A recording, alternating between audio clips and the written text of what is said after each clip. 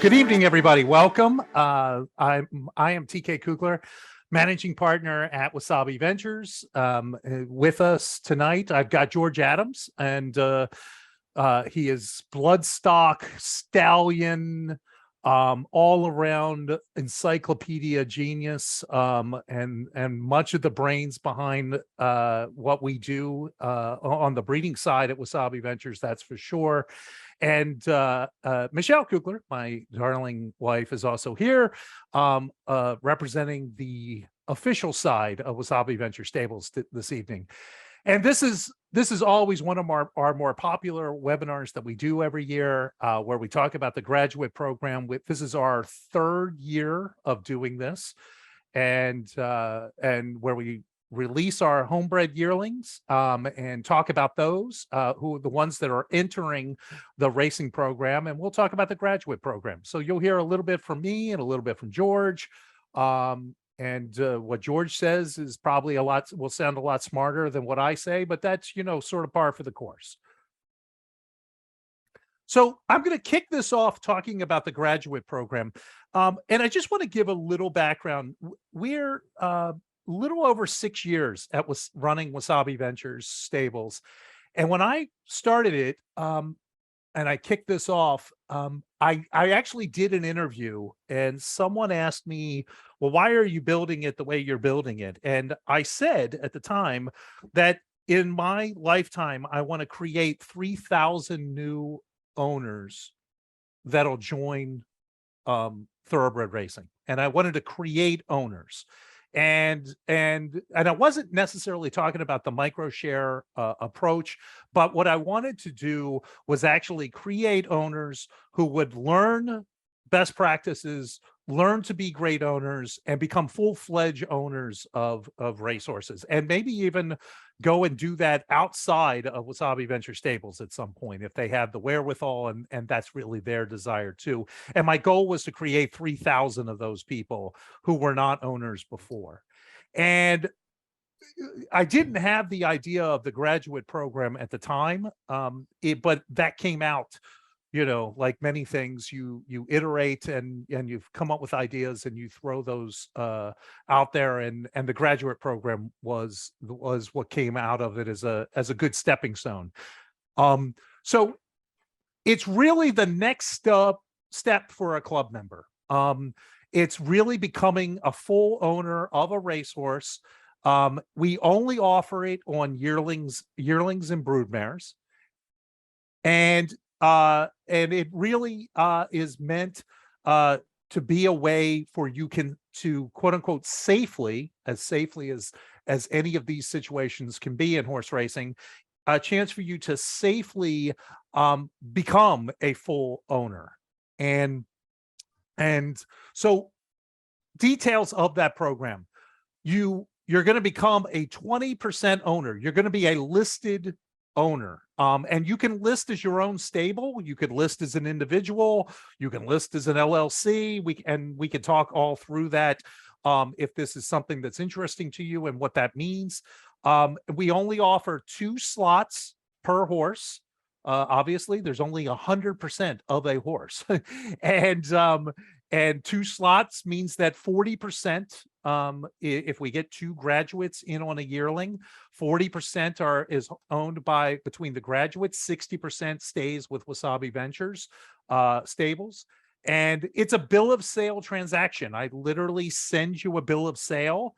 You sign it. You send a check or wire back, and you become a listed owner. And when it races, it'll be Wasabi Ventures Stables, graduate number 1 and graduate number 2. And once again, that could be your own racing stable name, and you can have very creative names. And we sort of walk and teach you through that process if you've never done that. You're fully there, but it comes with us as a guiding hand. We're still the managing partners of the horse. We try to get input, and we try to talk through things when there's stuff to talk through. We try to give insights that you might not get as a normal owner. We have webinars that are just for graduates. We try to have one of those a month.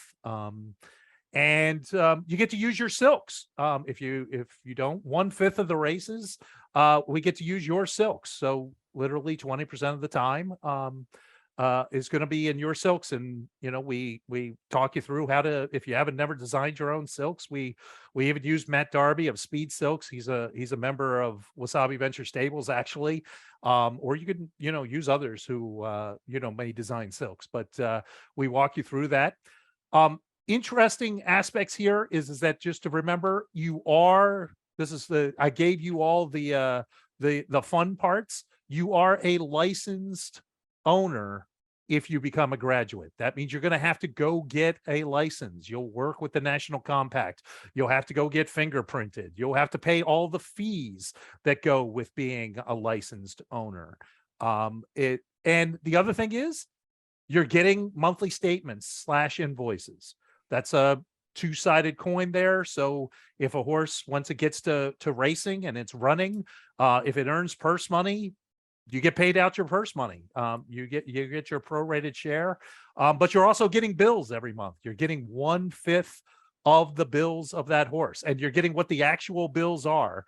Unlike our racing program, there's no sort of TK protection, if you will, from bills. If the horse needs a surgery and it's a $10,000 surgery, you're signing up for $2,000 worth of surgery. Now, obviously, we make smart business decisions, and so I bring those last two items up just to so that you understand, being a licensed owner and being a graduate, while it's in a protected sort of way, and we're going to keep you from being, running into fraud or any of the strange things that sometimes happen in racing.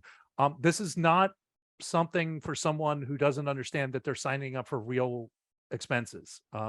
Keeping a horse in training, even if things aren't going wrong, if nothing goes wrong, you're looking between $300 and $4,500 a month, depending on where the horse is and what stage of training it's at, and the like. So you can do the math, and 20% of that would be yours every month if it's not earning purse money yet. So that's the graduate program. Once again, we offer it out there. I looked today, we have 26 people in the last 3 years who have become graduates, either on a yearling or a broodmare. We started doing broodmares just last year. We've actually only had 2 broodmares so far that were offered, I believe 2 or 3, actually. I think, now that I did the math, we've had 3 that have graduate possibilities. So that's the graduate program. If you're interested, just reach out to me, and I can put you, or you can join the open Slack channel for graduates, and ask questions, and be a part of it. And now we jump into the yearling program. So we talked about the graduate program. So hopefully you got a feel for that. Let's talk about our yearling program. Totally separate, obviously intertwined, but separate. Our yearling program is probably, I'm not even going to say probably, it is easily the best deal in the racing world if you want to deal with buying yearlings and being in on racehorses.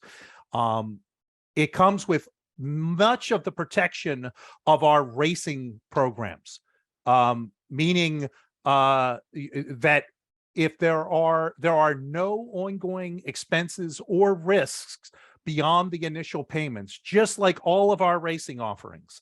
Unlike what I talked about with the graduate program, if there is a surgery that's needed, no one's going to come hunt you down for the 1% of that surgery expense. It just gets rolled in. It's just part of the fee. So once you get past the initial expenses, and we'll talk a little bit about how it's a little different than the racing program in a second, but there's no ongoing exposure. If you buy into a yearling and the yearling never races, I'm never going to ask for any more money from you beyond the initial expenses. You can buy 1 to 5%. And you never have to be licensed. We do not do 0.5% on the yearling program, just so we're on the same page, like we do on the claiming game. You've got to sign up for at least 1 full percent. There's also no $99 admin fee here.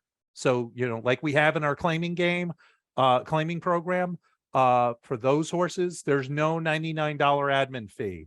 When we talk about the prices here in a couple minutes, the initial price is exactly what we describe. If it's a $7,500 yearling, if you're buying 1%, you're gonna, pay $75. That's your initial payment. The one difference between the claiming program and our yearling program is that there are 4 quarterly payments of $81 a quarter. For those of you who participated last year, it was $75. I've just candidly, like the price of everything else. I actually had a bill come today and telling me that they were going to up the prices. Inflation is inflation. So why have these quarterly payments? Well, it's mostly that this is when you buy into a yearling, at best, the horse is going to race at the middle to the end of its 2-year-old year. So that's a whole year of support that horse needs. These quarterly payments are meant to offset that time period. So you're basically paying for the training, but it's important. And this is one of those cool features. It actually goes in as revenue. So when you pay your quarterly payments, okay, and those quarterly payments are automatic, unlike the old broodmare program or some of our other programs where you may have bills to pay, these are automatic. Your credit card will get charged at the 90th day, at the 120th day, not the 120th, what is that, 150th, no, I got 180th day, 270, 360, so 90 days out on each one of those. It just automatically hits the card that you have on file in the system, and it just happens. And so those dollars actually go in as revenue. So as expenses happen for the horse, it gets charged against that. We've actually, we're fairly efficient at this. We've had quite a few yearlings who were bought in at yearlings who, by the time they were racing as 2-year-olds, still had credit available on the account. So it just started with the revenues then. So it could start earning, with the right horse, a precocious yearling that gets to a 2-year-old. It's very possible that some of these fees actually just start off as revenues for you, and you start earning purse money in the ledger off of that. But other than that, once you get past those 4 payments, once those 4 have happened, $324 in a year, once you get past those, there is no more exposure for you. Like I said, if the expenses go beyond that, the horse, something happens, it never races, it doesn't earn any money, all of that exposure once again falls on me or me and the graduates for their prorated amount. So but there's no exposure to anyone that's participating in the yearling program beyond that. Once again, that's one of the great things of probably what makes us one of the coolest offerings in the racing world, just because it does limit your exposure. And like all of these things, we're not upcharging anything, and it's we try to be as transparent as possible. I should mention, and I didn't, if you have questions, please don't hesitate to put them in the chat function of Zoom. You're all muted, but if you've got questions, I'm happy to answer them at any point. So let's just talk about the calendar coming up. Obviously, we're having our yearling and grad program webinar right now. That's today. Starting as soon as we start releasing horses, which is going to be, in about 4.5 minutes here. in 4 minutes or so, if you are interested in being a grad, it is first come, first serve on the slots. If a horse moves you tonight and you want one of the slots, all you have to do is Slack me and I will go right off just private message Slack me, and I will go right off of the timestamp, first come, first serve there. And you can have one of those slots. Okay. So starting today and really for the next 10 days, in Slack, I'll be announcing as slots fill. But for now, that's sort of the next 10 days. That's what's it's all grads for that time period. Then starting on August 1st through August 9th, with a break on the weekend there, you're going to see us releasing one yearling a day.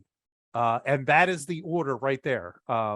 That they're going to be released in. So if one of those tonight is the most interesting for you, and it's one you want to really watch for, and you're like, that's the one I'm going to get, you'll know which day. I'm going to try to release all of them as close as I can to noon Eastern time. So I'll do the very best I can to be close to that timeline as I can. If something changes, I will of course let people know on Slack. But that's the calendar. One other thing I just want to note, I will publish this presentation and obviously the video. I'll publish the presentation right after this meeting, right after this webinar. I'll put it on Slack. So if you want to go back and review anything that you might have been in here, feel free to. Okay. So let's talk about the homebreds. That's any questions before I jump into the homebreds, any questions about the graduate program and what that is, or what the yearling program is? As far as neither one of those programs have changed if you were around for last year. The only difference really between the two is that I upped the quarterly fee on the yearlings program just because of inflation. Todd asks, in the quarterly payments or 1 year or racing, it's just 4 payments. Your 4 payments of $81 each, $324. If the horse doesn't race until it's 72 years old, first of all, it'll be a miracle. Probably PETA's probably definitely hunting us down if we got a maiden at 72 years old. But if it happens, it happens. There's no more expenses to you on any of that. So it's just for quarterly. And those payments really, once again, are meant to kind of bridge that 2-year-old year, that from now until that 2-year-old year. That's really what they're offsetting the expenses for that. That's what they're trying to do. Ask about fingerprinting for a graduate program. How would a Canadian fulfill that requirement? Honestly, I have no idea how they would do that. But the same. It's just a form that they put their fingerprints on and mail to the. Yeah, I would think it's the same. I know it has to be possible because there are plenty of Canadians who are running around running races in the United States. I don't know the answer 100%, but I promise you it can be done, is what I would say. We can, well, I'll get you an answer there for sure. But I would bet any amount of money and give you very good odds even that you can buy the fingerprint cards off Amazon. Yes. Yeah. I have a stack of them. You could even do the fingerprinting yourself, to George's point. So it's still won't be a problem. So good questions, by the way, both of those. Thank you.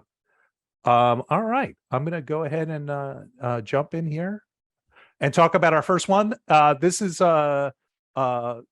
it's going to be 6 fillies and 1 colt tonight. This is the first one. It's a 2021 Force the Pass. Obviously, some people asked Force the Pass. If you haven't been around, Force the Pass is actually over my shoulder. If you look, there's a picture of him. He's on my wall. But Force the Pass was a stallion that we stood in Maryland.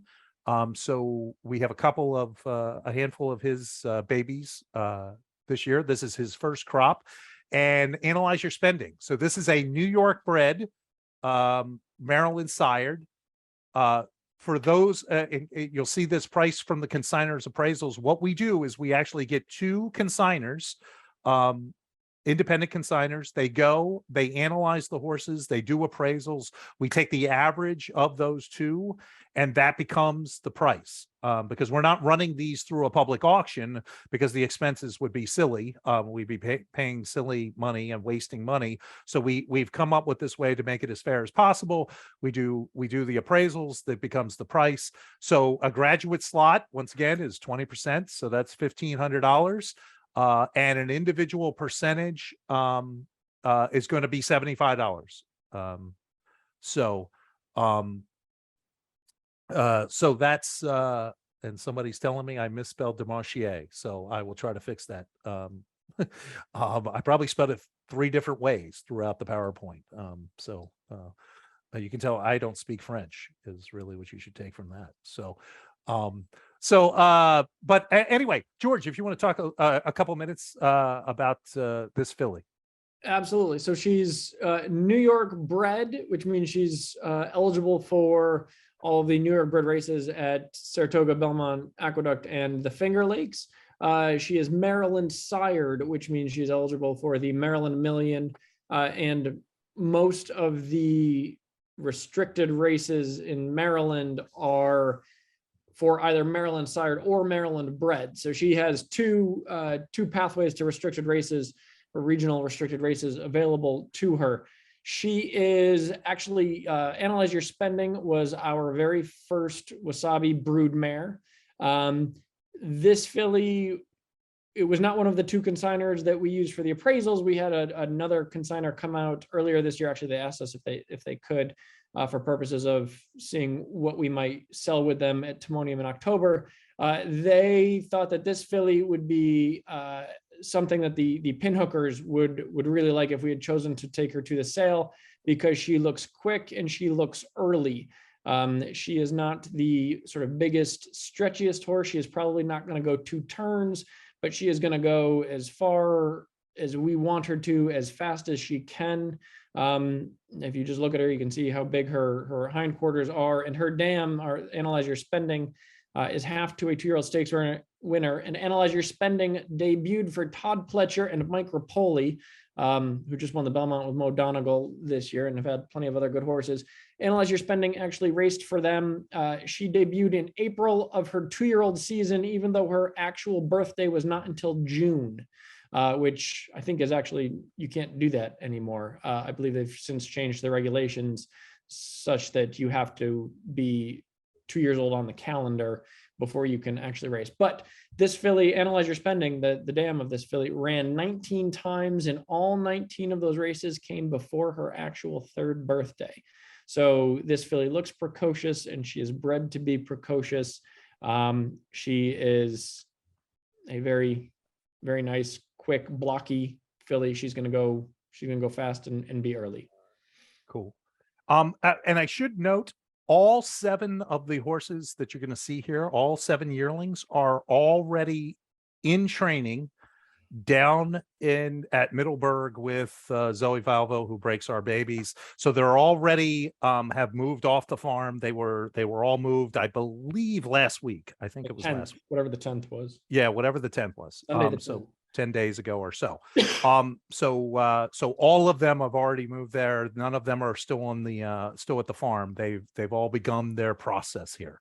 Obviously, it's very early in that process since we're only 10 days in, but they are all down there already. Another Force the Bass. This is with Magical Point. This one is a Maryland bred, Maryland sired, also at the same price point, $7,500, $1,500 for the grad slots. $75 is the individual percentage price once we get to releasing her. George, I'll let you tell a few here. Yeah, so this is Force the Pass's very first foal.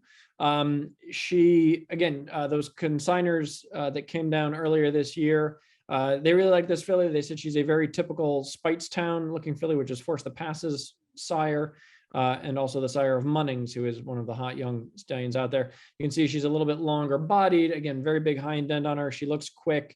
This filly is a half sister to Magical Moose. who is a Wasabi runner who won first time out as a 2-year-old at Delaware last year, has been fourth in a couple of stakes races for us since then. We have high hopes for him.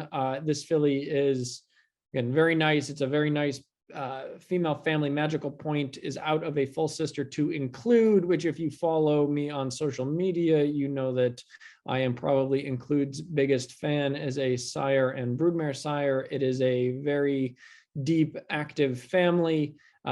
This filly should do turf or dirt. She's a half to a couple of other winners in addition to Magical Moose. Maryland bred, Maryland sired, which means an extra bonus when she breaks her maiden in Maryland, hopefully. Another one, maybe not quite as early as that other filly, but just as quick, hopefully, when she does get to the races. Perfect. Another filly, the Marchier, misspelled, as I've It's spelled right this time. It was on that other Oh, list. it's right on this one. This one's right. Oh, wow. See, I got there. Good job. Thanks. Another New York bred. This one is New York bred, Kentucky sired. Obviously, DeMarchier is in Kentucky, stands in Kentucky. Price point's 15 grand for this one. So the grad slot's 3, and individual percentage will be $150. Mr. George, I'll let you take it away.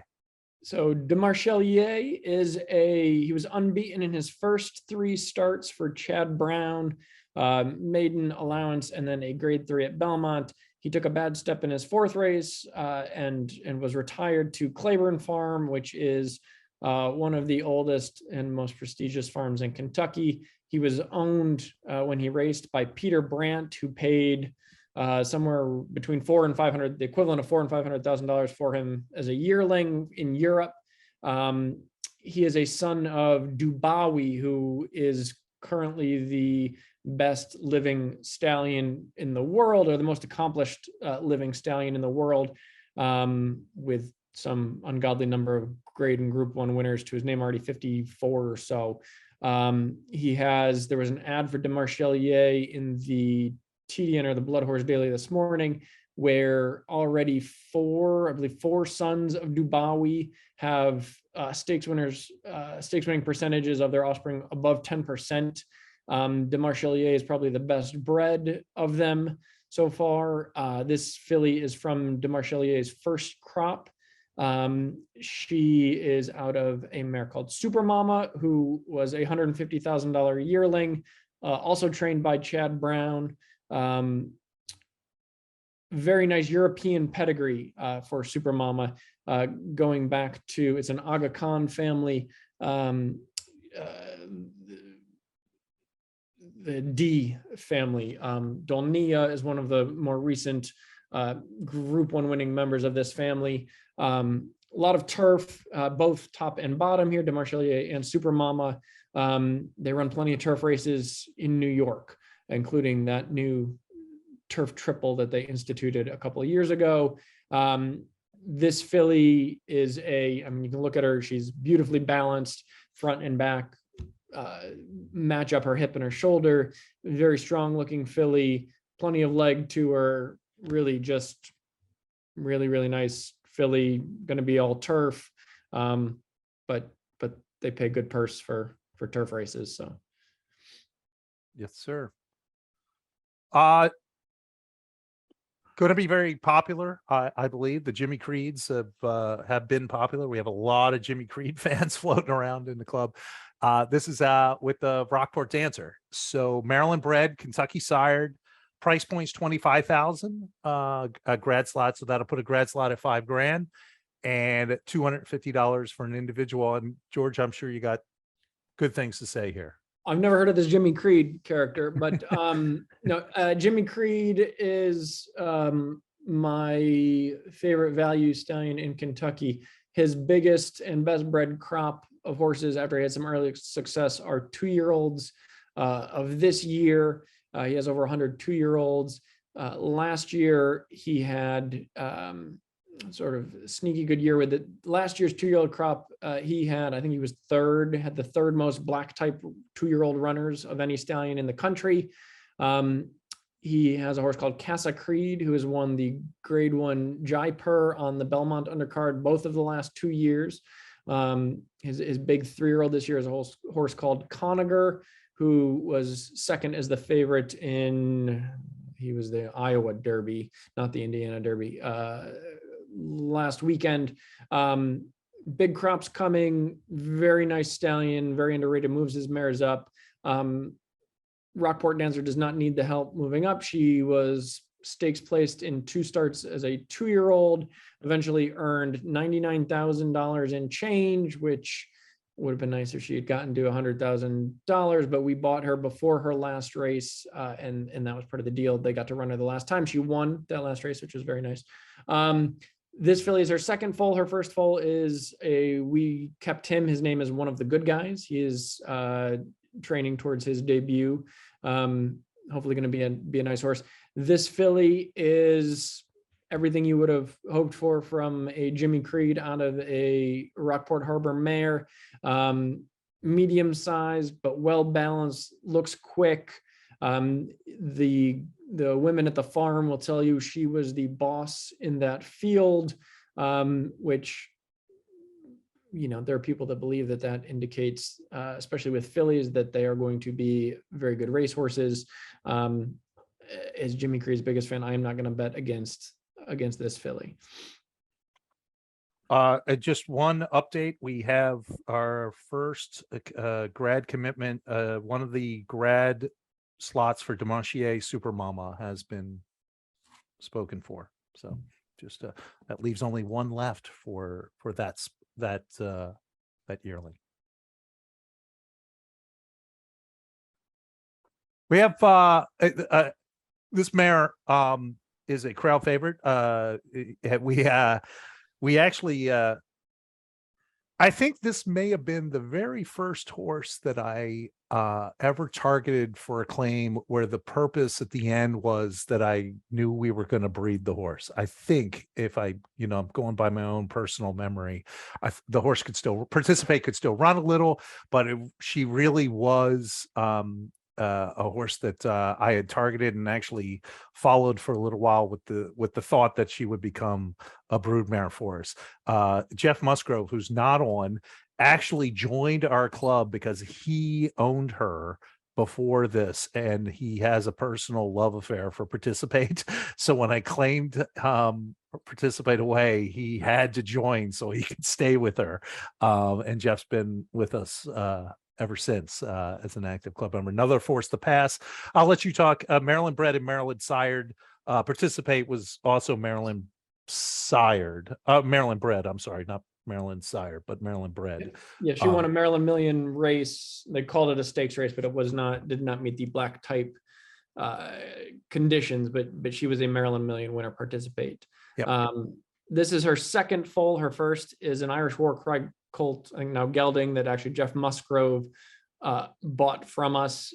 Somebody else made us an offer, and Jeff matched it to take that colt. So this is Participate's second foal. It is a filly. Participate is probably our biggest, physically our biggest mare. This filly, if the two of them were standing next to each other in the field, you would not, you could tell them apart, but you could tell they were mother and daughter. This filly looks just like her dam. She is big. She is the biggest one of this group. Having said that, she's prettier than Participate. She has a prettier head. She is actually better made than Participate. She is more correct in her knees and her hocks than Participate, which hopefully will mean she's an even better racehorse. And Participate was a pretty good racehorse. Force that passes by Spitestown. Participate is by Include, who we talked about a couple minutes ago. This is a very strong cross. If you look at the necks, which Nick ratings don't necessarily mean anything, but there is something to those crosses. Sometimes this is a good cross. There are worse things than looking like Participate. This filly has been a farm favorite from the beginning. She might not be as early as the Analyze Your Spending and Magical Point fillies, but this filly is going to go 2 turns. Turf or dirt shouldn't matter, and hopefully she'll win plenty of races. Just a quick update. Super Mama's 2 grad slots are now sold out. So we have both of those committed here I feel a little like Jerry Lewis doing a telethon, I have to tell you at this point. So, you know, hopefully you're catching, I'm doing Jerry Lewis early in the telethon, you know, pre, you know, hour 20 or so. So I'm still coherent, I believe. So, but just a quick update on the thing. Our first Colt, first and only Colt offered tonight. So, and I want to talk a little bit about that because for those of you who know and have heard, really the strategy all along was that we sell almost all the boys and we keep the girls that we want to keep, that make strategic sense, trying to get that generational opportunity going. And so you might ask, well, why did we keep this Colt? I think it's a combination of two things. A little bit because the physical was one that the team really liked. And on top of it, combining that with Force the Pass, where we thought we may not get the full value of how great of a physical this was, and by putting them in an auction. If you would probably trade out and just take the physical of this Colt and give it to Jimmy Creed, honestly, I think you're probably looking at a $60,000 Colt as a yearling instead of a $20,000 Colt as a yearling. And so that's why we decided to keep it. It was just made strategic sense. Instead of giving away a Colt for less than we thought the value was, we kept. And so you're Also, looking at Zoe made threats if we did not keep this one. So yeah, she yeah, just I'll take a side note because George brought up Zoe there. For those that don't know as well, the team that's involved here, and the George, Jesse, and Zoe all review the horses, our entire crop, both ones that we know are going to a sale and not, and they view them along the development cycle. They make trips out to the farm. So it really is a team effort. You maybe, even if you've seen on Slack, you may have even seen pictures of the days when they're all out there together. So and they, you know, put their collective brains together and talk about that. So $20,000, grad slot at 4, individual percentage at 200. But I'll let you talk a little bit about the Colt, George. Well, just sort of going back to the team thing and how these decisions get made. We were tasked as a team with picking 6 to keep, and obviously there are 7 on the list.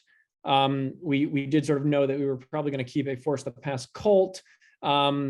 This one was, like TK said, one that we really liked, and we didn't think we would maybe get quite the price we wanted for him, or what he was worth. So he was the Colt we kept. And of those, the fillies, we kept 6 instead of 5 because we could not agree on which one to get rid of, because we liked all 6 of the ones that we're keeping for whatever that's worth.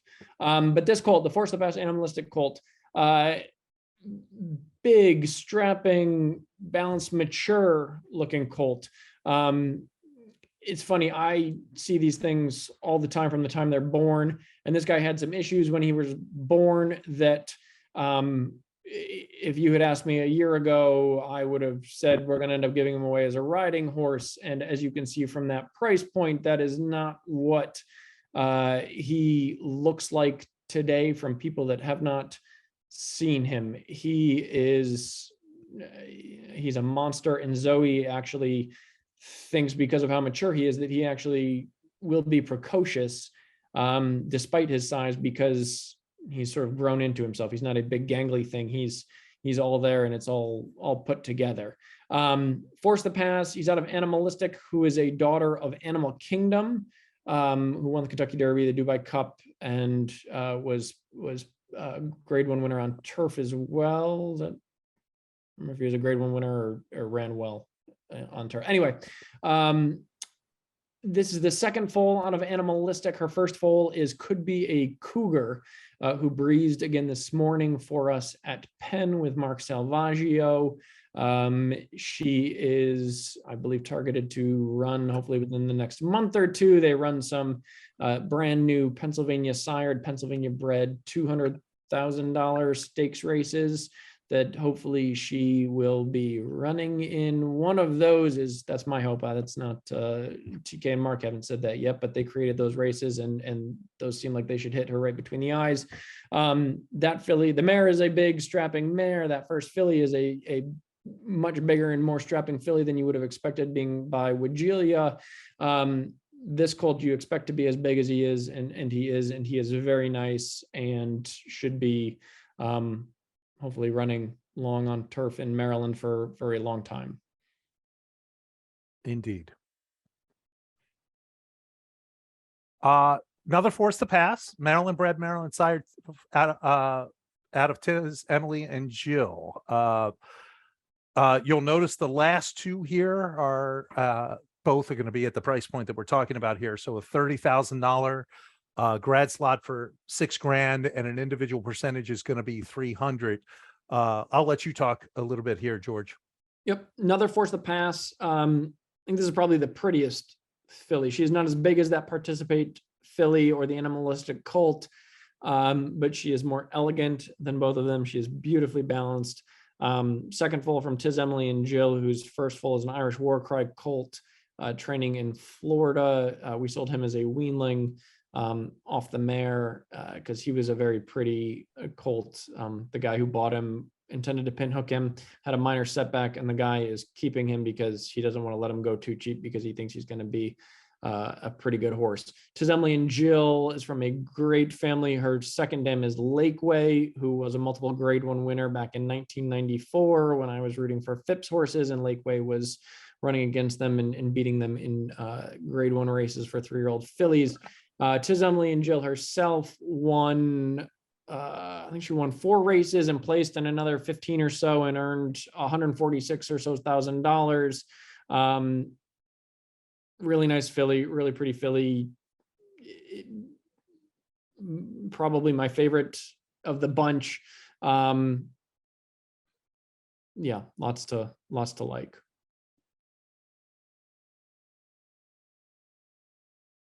Did I get the last one? No, there's got to be one. No, that's the last one. Oh, that is the last one. I misspoke. Sorry about that. I thought I lost count. So that is our crop this year. So I'm open to any questions, either about the horses that we may have missed, or the process, or either of the programs, now that you've seen everything. I will mention one thing, just that we didn't talk about. These are the 7 that we're known to be keeping. Just to be clear, none of these were pin hooking. So it's not like we're going to try to flip these as 2-year-olds at a sale or something. These are meant to be, they're going to be in our racing program, barring something really unforeseen. That's where they're going to end up. Is it possible that any other yearlings get added? Sure. I don't want to say it's impossible. I have nothing. I'm not anticipating that we're going to buy any at a sale. It's possible that, but I don't want to say that doesn't happen. As Michelle will say, sometimes I just go to these things and the next thing you know, I come home with a horse. So, even if I don't think I'm buying, sometimes I do. So I don't want to say there's definitely no other yearlings coming, but there are definitely no other yearlings planned to be added to the racing program. This will be the 7 and that we have this year. It is also possible that we would send a horse to a sale. We have how many do we have going to sales in the fall, George? Total. I think we have 8 going to sale, and then 2 that we're going to hopefully sell privately or work out some other sort of deal. Yeah. So we've got 10 going to sales. It's always possible that one goes to a sale and it comes to find out it has a tiny little chip and you can't sell it, or you'd have to give it away at a price that you wouldn't want to for something that's nice otherwise. And these things happen. You've heard me say sales are beauty contests. And if they're not perfectly beautiful, you sometimes give up value. So it's I say all this because it's possible that any of that could happen, and one of those we bring back and add to the racing program, because it's better to keep that horse than give it away for less money, and we make that conclusion. But this is the crop that we're envisioning. A couple questions come in. Based on pedigree, from Mark Binkley, what is the likelihood of each being turf versus dirt versus both, and which would be most likely to be two-turn runners? I'll let you answer that, George. I got some thoughts, but you go. DeMarchelier Supermama filly is going to be turf. Hard to, I mean, she could be a miler, she could be two turns. The first two fillies, the Force the Passes out of Analyze Your Spending, probably not two turns, probably dirt, although there's enough there to think she could do turf. Magical Point could do turf or dirt. Probably one turn, could get a mile. Possibly she built a little more like a one-turn horse. The Animalistic, Tis Emily and Jill, and Participate, I think are all built like two-turn horses. They could probably all do either or as far as turf and dirt on pedigree. Participate really could go both ways. That mare won on both surfaces. The Animalistic is maybe more likely to be turf. The Tis Emily and Jill is maybe more likely to be dirt. And the Rockport Dancer, Jimmy Creed filly, probably one turn, probably could go a mile, maybe a little bit further, most likely dirt for her. Yeah. Perfect. Todd asked, what percentage of horses will be available in the individual percentage bucket? Great question. One, it depends on how many of the grad slots get filled. So if both grad slots get filled, I always retain 20%. So that would mean 60% is committed. So that would mean 40% is available. I just from the interest levels that I have heard from club members and in the graduate channel, I would be very surprised if most of the grad slots do not get taken. So I would assume most of these yearlings will be in that range of 40% available in when they open up. And I would think at most of those will sell out within a day or two at that level, if there's 40% available. So think of that when I release at noon on the given day. That's why I gave the calendar. And once again, we'll talk about this all in Slack as it gets closer, and you'll hear about it. And we'll get a lot more details out about each horse. There'll be write-ups and data along the way. But I just wanted to, just give you sort of the impetus that you probably want to move more quickly than more slowly if there's one that particularly moves you. Any other questions, once again, about particular horses or the programs? Okay. Well, first of all, thanks everyone for coming. It's always fun to do this, and it's definitely, like I said, one of the more exciting because it takes so long, and it takes so many people working to get to this point. Just to get to this point has taken an amazing team effort, and a long time. And for those that you are in on the breeding part of the game, this is this is where the story ends for you in many ways, and now a new story begins, and that's part of the beauty of this game is that you have that sort of long patient approach, for sure. So thank you all for coming tonight, and once again, you'll see this posted online very soon. Thank you.